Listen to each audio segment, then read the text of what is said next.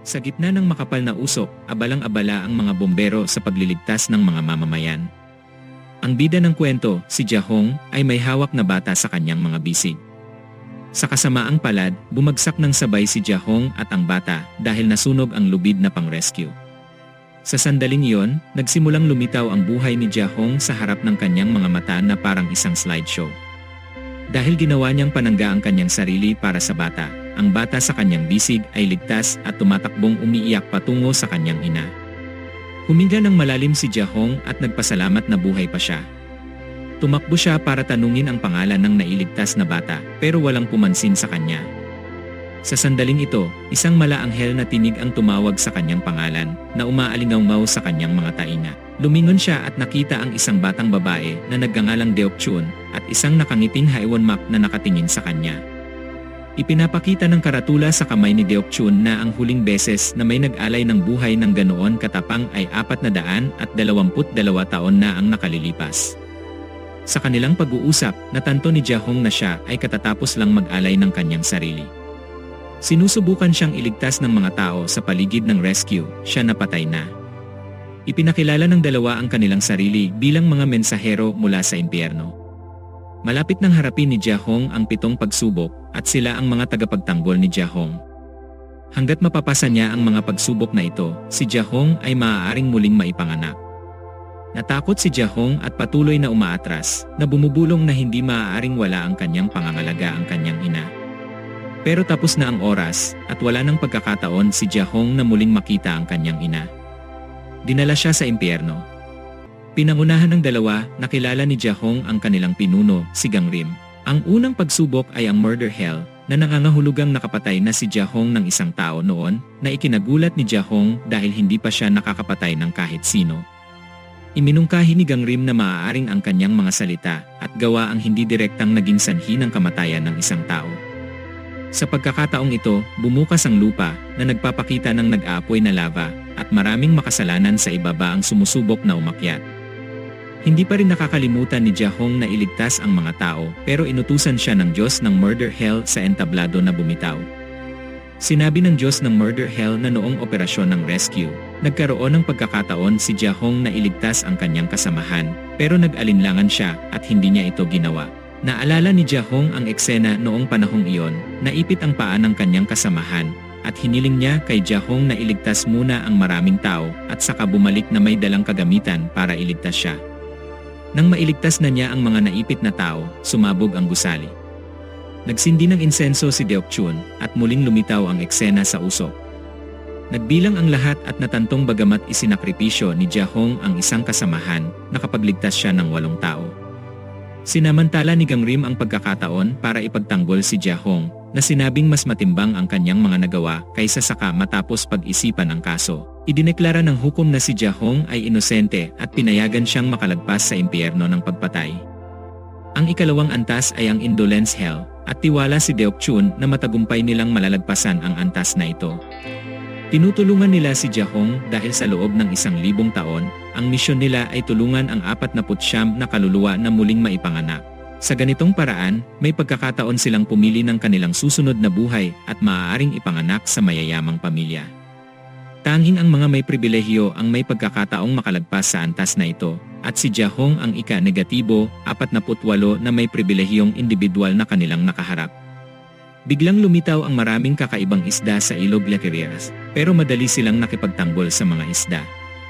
Matapos tawirin ang ilog Lerirera, nakarating sila sa indolence hell.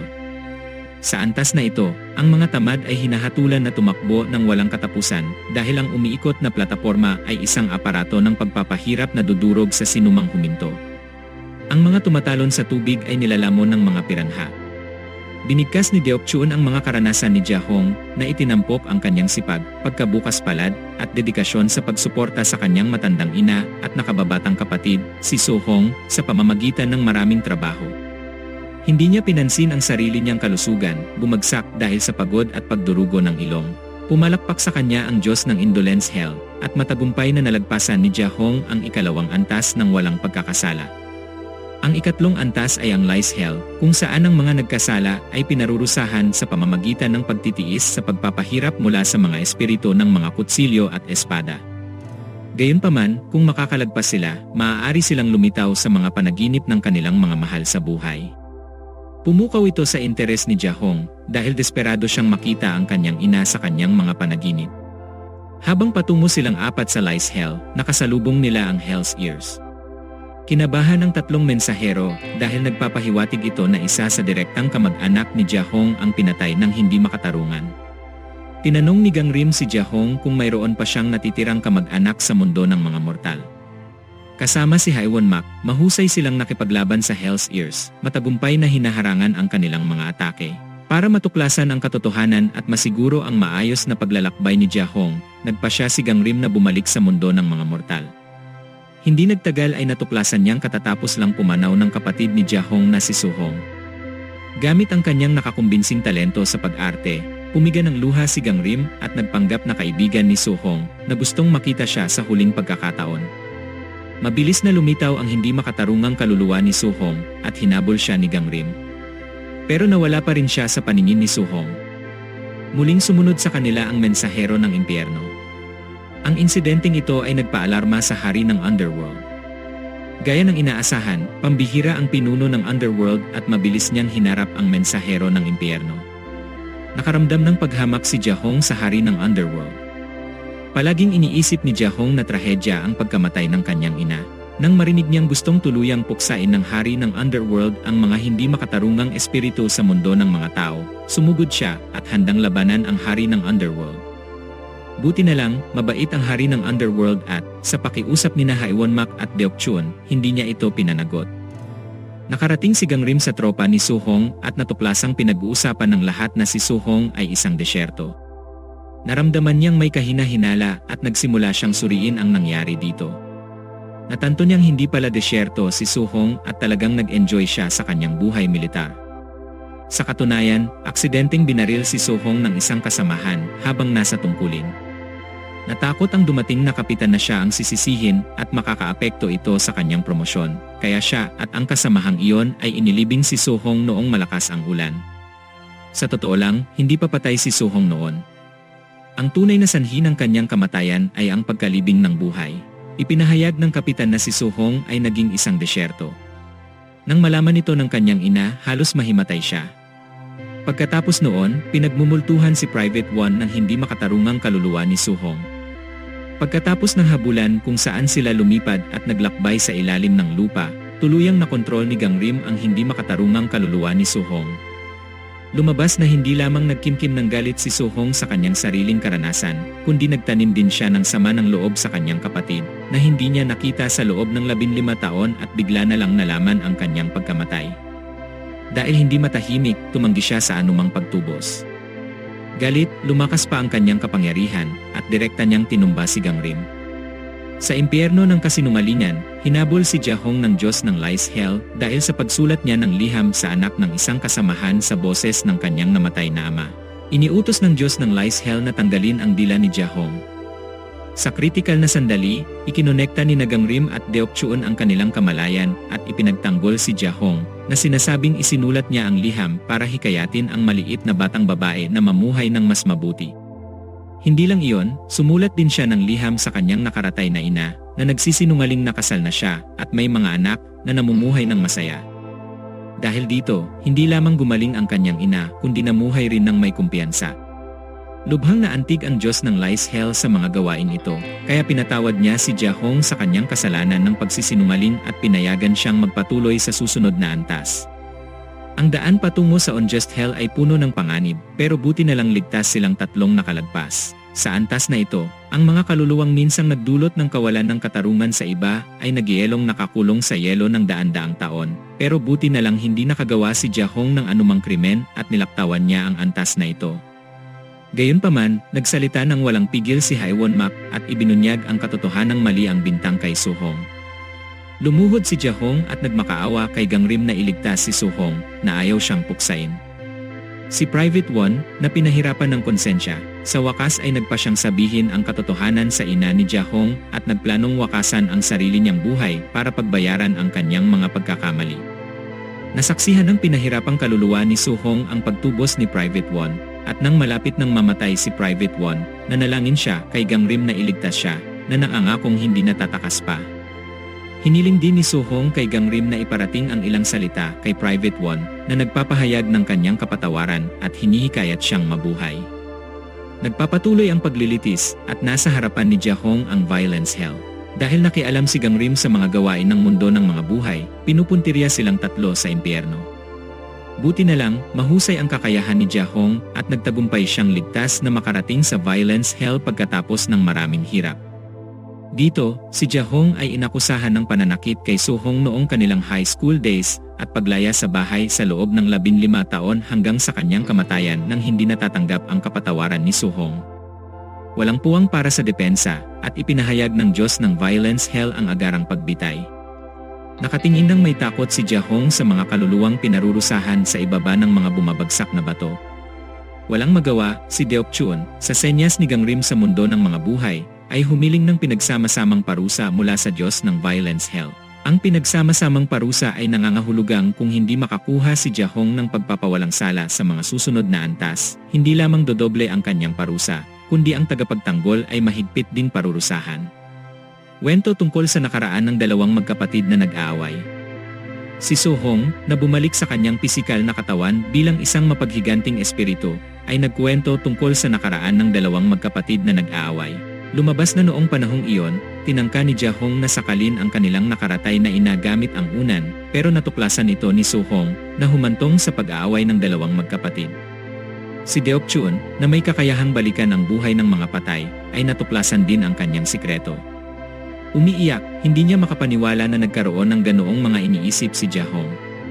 Inamin ni Jahong na labis siyang nasiraan ng loob noong panahong iyon at naniniwalang wala ng pag-asa ang pamilya. Nagplano siyang patayin ang kanyang ina at pagkatapos ay lisanin ang mundo kasama si Suhong, pero sa huli, hindi niya yon ginawa. Ang konsensya ang nagpawalang lakas ng loob sa kanya na umuwi. Pagkatapos malaman ang katotohanan, bumagsak ang estado ng isip ni Haiwonmak. Dahil tungkol dito ang huling antas, hindi maaaring mapatawad si Jahong. Kasabay nito, matatag na naniniwala ang ina ni Jahong na hindi desyerto si Suhong at nagdulot ng eksena sa kampo militar. Tinulak siya ng isang kapitan at nahimatay. Si Suhong, na nakasaksi sa buong pangyayari, ay tuluyang nawala ng kontrol at ang buong kampo ay nalamon ng kaguluhan. Si Jahong, na nasa impyerno, ay hindi rin nakaligtas. Ang mapaghiganting espiritu ni Suhong ay hinabol ang kapitan at ipinadala siya at ang kanyang kotse na lumilipad sa himpapawid. Si Jahong sa disyerto ng impyerno ay unti-unting lumulubog sa quicksand. Ang mga iyak ni Deokchun ang nagpatingin kay Suhong sa sitwasyon ng kanyang kapatid sa impyerno na nagdulot sa kanya na mag-alinlangan. Sinamantala ni Gangrim ang pagkakataon at hinila siya pababa mula sa himpapawid. Sa pagkakataong ito, ang impyerno ng pamilya na pinamumunuan mismo ng hari ng underworld ay lumitaw mula sa disyerto. Umakyat din si Jahong mula sa quicksand. Dahil tinangka niyang saktan ang kanyang ina, idineklara ng hari ng underworld na si Jahong ay nagkasala. Si Deokchun ay nangatuwiran ng lohikal, umiiyak at sinasabing kumatos ang kanyang ina noong panahong iyon at hindi man lang siya gumawa ng kahit anong kilos. Ipinatawag ng hari ng underworld ang Night Realm at natanto ng lahat na gising ang kanyang ina noong panahong iyon at lubos na nauunawaan ang sakit ni Jahong, kaya wala siyang reklamo tungkol sa kanyang anak. Si Jahong, na nalaman ng lahat, ay labis na nalungkot. Sa wakas ay nauunawaan niya kung gaano nagdusa ang kanyang ina sa mga nakaraang taon at nagmakaawa sa hari ng underworld para sa pagkakataong humingi ng tawad sa kanya. Pero sinaway siya ng hari ng underworld na sinasabing mayroon siyang 15 taong pagkakataon at hindi niya yon sinamantala mismo. Nang malapit ng utusan ng hari ng underworld ang hukom na ipahayag ang mga paratang, pinayagan ni Gangrim si Suhong na pumasok sa panaginip ng kanyang walang malay na ina. Sinabi ni Suhong sa kanyang ina ang mga paghihirap ng kanyang kapatid at sinabing naging hukom siya sa langit, na tinutupad ang kanyang pangarap at hindi na siya dapat hanapin pa dahil maayos ang kanyang kalagayan sa langit. Umaasa rin siya na mapapatawad ng kanyang ina ang kanyang kapatid na labis na nagdusa sa mga nakaraang taon. Sa panaginip, ang bingi at pipi na ina ay nagsalita at sinabing hindi niya kailanman sinisi si Jahong at siya ay labis na humihingi ng tawad sa pagpapabigat sa kanyang dalawang anak. Ang mag-ina ay sabay na umiyak at ang hari ng underworld sa entablado ay natahimik. Maraming tao ang nagkakamali pero ilan lang ang may lakas ng loob na humingi ng tawad at tumanggap ng tunay na kapatawaran. Sa wakas, ayon sa mga regulasyon, maaaring ipahayag ng hari ng underworld na inosente ang nagkasala kung sila ay pinatawad.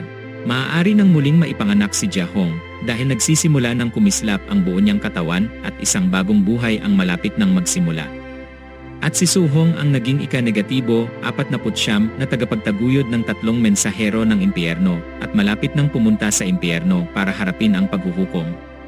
Si Gangrim, na nagbalak kayong delivery man, ang personal na naghatid ng rice cooker na hindi na ibigay ni Jahong sa kanyang ina at ang huling liham na isinulat niya.